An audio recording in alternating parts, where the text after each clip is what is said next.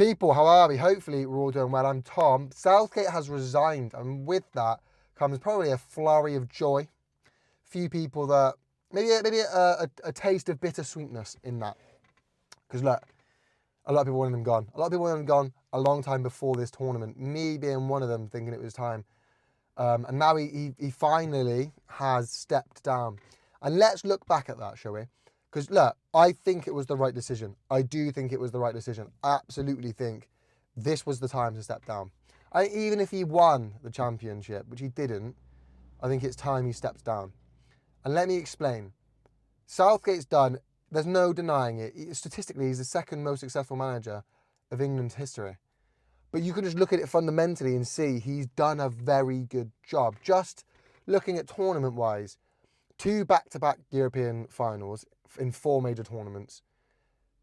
What was it? 3 semi-finals in 4 major tournaments and 1 quarter-final where we lost to the reigning champions in France. That's not bad. That's very good.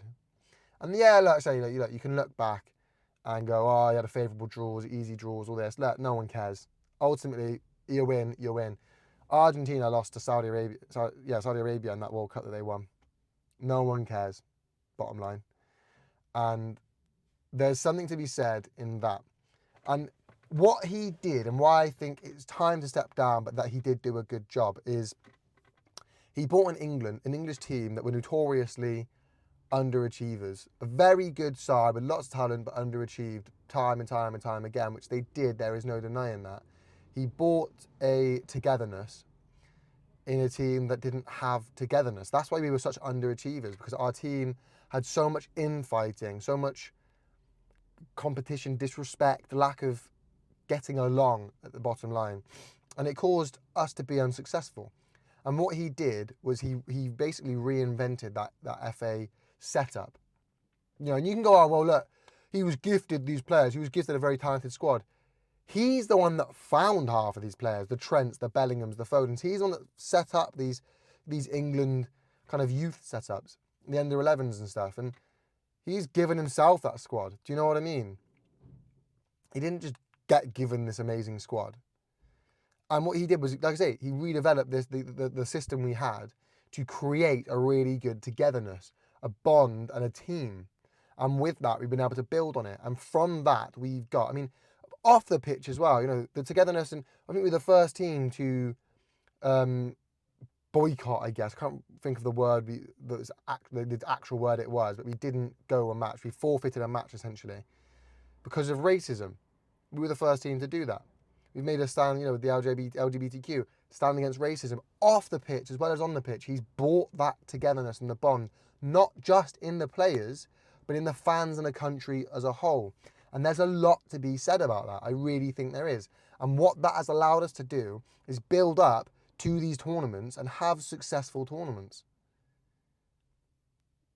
Which we have had, whether you like it or not, whether you think we should have won, which I agree, some of the tournaments we should have won. We should have beaten Italy. I think it's that Spanish team we're never going to lose, but we should have beaten Italy. That French team that we lost to, Kane scores a penalty, suddenly it looks completely different. And we could be the ones playing Argentina. And that's what I mean. And he's done that because I think largely because of what he did off the pitch. Now, stepping down, it was the right time, because what he really needs now is somebody who can go and push on and get us over the line and that last bit.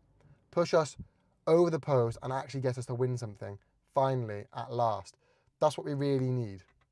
I think that's what someone else can provide, a Graham Potter, an Eddie Howe, whatever it is, whoever it is. But he's done a good job. And like I say, and what he's also given us is, I look back at these certainly the last Euros, and the Euros just gone, some of the best memories of football I've got. Bellingham overhead kick, the Watkins screamer, against Netherlands, the Cole Palmer goal against Spain. Last Euros, the Luke Shaw goal, that match against Colombia. Some of these memories and some of these points he's given us that we hadn't seen in decades. There's a lot to be said about that, and I value it a lot. I do. So for that reason, I'm thankful for what he's given us. But look, he's given what he can. Clearly, there's not a lot left he can give. He needs to leave it there. And it's the right decision to end it, retire, and someone else step in. Who that'll be, I don't know. You let me know your thoughts in the comment section down below. Thank you so much for watching, people. Make sure you like, comment, subscribe. You know how YouTube works. Peace.